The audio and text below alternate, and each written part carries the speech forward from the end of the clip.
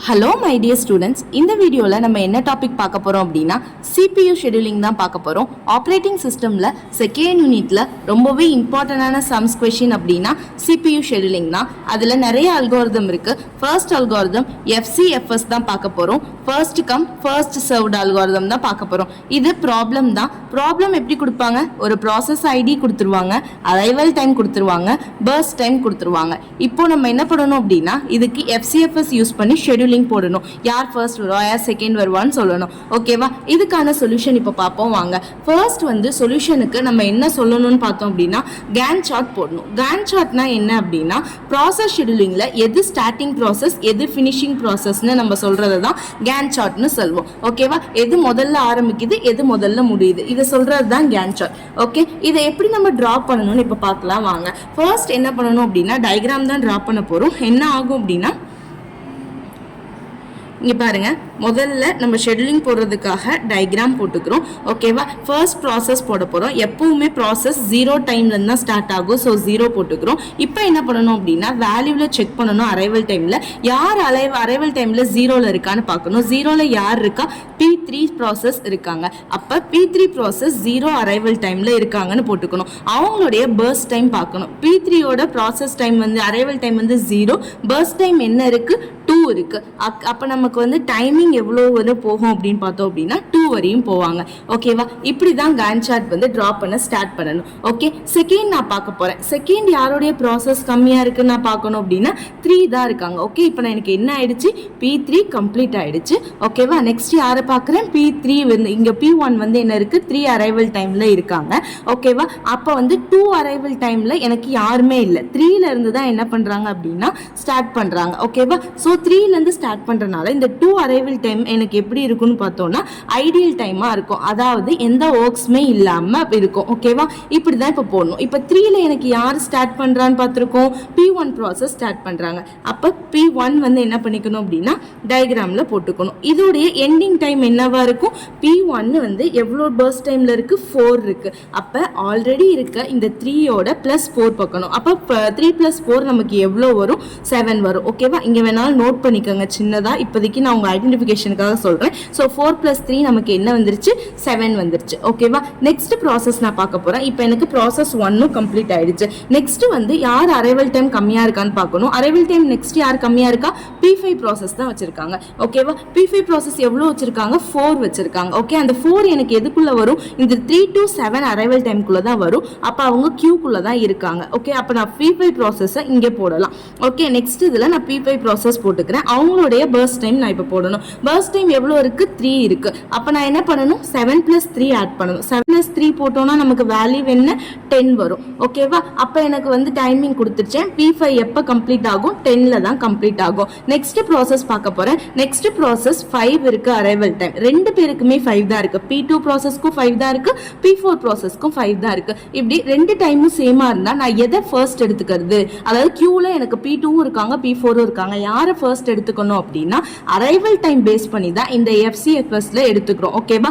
இங்க main important arrival time தான். அப்ப அரைவல் டைம் யாரு ஃபர்ஸ்ட் வந்திருக்கா அப்படின்றதுக்கு முதல் ப்ராசஸ் ரெண்டுமே சேம் டைமா இருக்கனால நம்ம என்ன பண்ணிக்குவோம் அப்படின்னா ப்ராசஸ் ஃபர்ஸ்ட் இருக்கவங்களே எடுத்துக்கலாம். ஸோ P2ன்ற ப்ராசஸ் தான் நமக்கு ஃபர்ஸ்ட் இருக்கனால நம்ம முதல்ல P2வை எடுத்துக்கலாம். ஓகேவா? P2 எடுத்ததுக்கு அப்புறம் நான் என்ன பார்க்க போறேன் அப்படின்னா டைமிங் பார்க்கணும். அவங்களுடைய பர்ஸ்ட் டைம் எவ்வளவு வந்திருக்கு? 3 வந்திருக்கு. ஓகே, இப்போ எனக்கு P2 கம்ப்ளீட் ஆயிடுச்சு. 3 தான் வேல்யூ வந்திருக்கு. அப்ப 10 + 3 எனக்கு எவ்வளவு வரும்? 13 வரும். ஓகேவா? 10 + 3யோட வேல்யூ இங்க 13. ஓகே, இது புரிஞ்சிருச்சா? இப்போ லாஸ்டா பார்க்க போறேன். லாஸ்ட் எனக்கு கொஸ்டின்ல ரிமைனிங் யார் இருக்கா? P4 ப்ராசஸ் இருக்காங்க. அவங்களுடைய பர்ஸ்ட் டைம் என்ன? 1. ஓகேவா? அப்ப P4 ப்ராசஸ் 13 + 1 என்னது? 14. ஓகே, எனக்கு அப்ப ஸ்டார்டிங் டைம் எவ்வளோ? 0, ஃபினிஷிங் டைம் எவ்வளோ? 14. இப்படி தான் நம்ம CPU ஷெடியூலிங்க்கு என்ன பண்ணணும்? FCFS கான்செப்ட்னா கேன் சார்ட் ட்ரா பண்ணணும். இப்போ நம்ம இதை ட்ரா பண்ணிட்டோம். ட்ரா பண்ணிட்டதுக்கு அப்புறம் நம்ம டேபிள் போடணும்.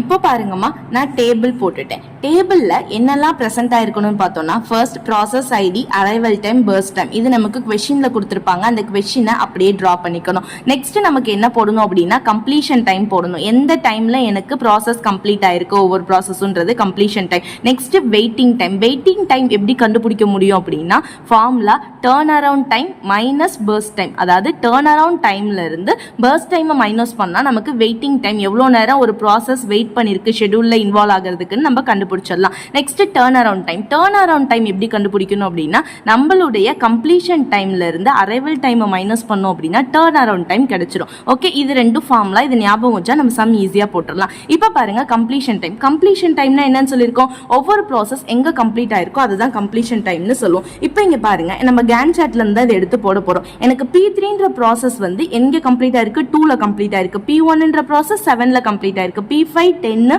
P2 13, P4 14. இவ்வளவுதான் நமக்கு என்னன்னா கம்ப்ளீஷன் டைம். அப்ப P1 ஓட வேல்யூ என்ன 7, P2 ஓட வேல்யூ என்ன வந்திருக்கு 13. ஓகேவா, P3 ஓட வேல்யூ நமக்கு என்ன வந்திருக்கு 2. நெக்ஸ்ட் P4 ஓட வேல்யூ 14. அடுத்து P5 ஓட வேல்யூ 10. இவ்வளவுதான் நமக்கு completion time diagram. Okay, next இப்போ வெயிட்டிங் டைம் போடணும். வெயிட்டிங் டைம் எப்படி போடணும் இருக்கு, டர்ன் அரவுண்ட் டைம்ல இருந்து பர்ஸ்ட் டைமை மைனஸ் பண்ணணும். அப்போ ஃபர்ஸ்ட் நம்ம டர்ன் அரவுண்ட் டைம் கண்டுபிடிச்சிக்கணும். டர்ன் அரவுண்ட் டைமோட ஃபார்முலா என்ன, ஃபர்ஸ்ட் வந்து கம்ப்ளீஷன் டைம்ல இருந்து அரைவல் டைமை மைனஸ் பண்ணணும். ஸோ 7 - 3 நமக்கு என்ன வேல்யூ வரும் 4. நெக்ஸ்ட் 13 - 5 நமக்கு என்ன வேல்யூ வரும் 8.